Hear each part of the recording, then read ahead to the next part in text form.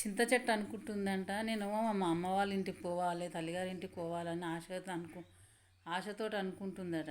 కానీ అప్పుడు అనుకున్నాను, నాకు సొమ్ములు లేవు, ఏం లేవు, ఏ విధంగా వెళ్ళాలి అని అంటే అప్పుడే మొత్తం చెట్టు మొత్తం చింత చిగురు చింతపండు అయిపోయిన తర్వాత మొత్తం ఉట్టిదే కట్టెలు ఉంటాయి కదండి. మొత్తం తర్వాత అటు ఇటు ఆమె ఆలోచించేంత లోపలనే చింత చిగురు వస్తుంది.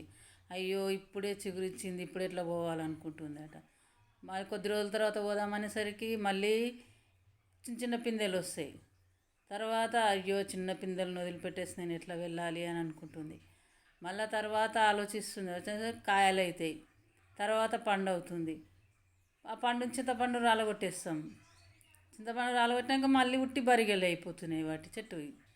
అందుకే మనిషి కూడా అంతే, మనిషి కూడా అదే రకంగా ఆలోచిస్తుంటుంది.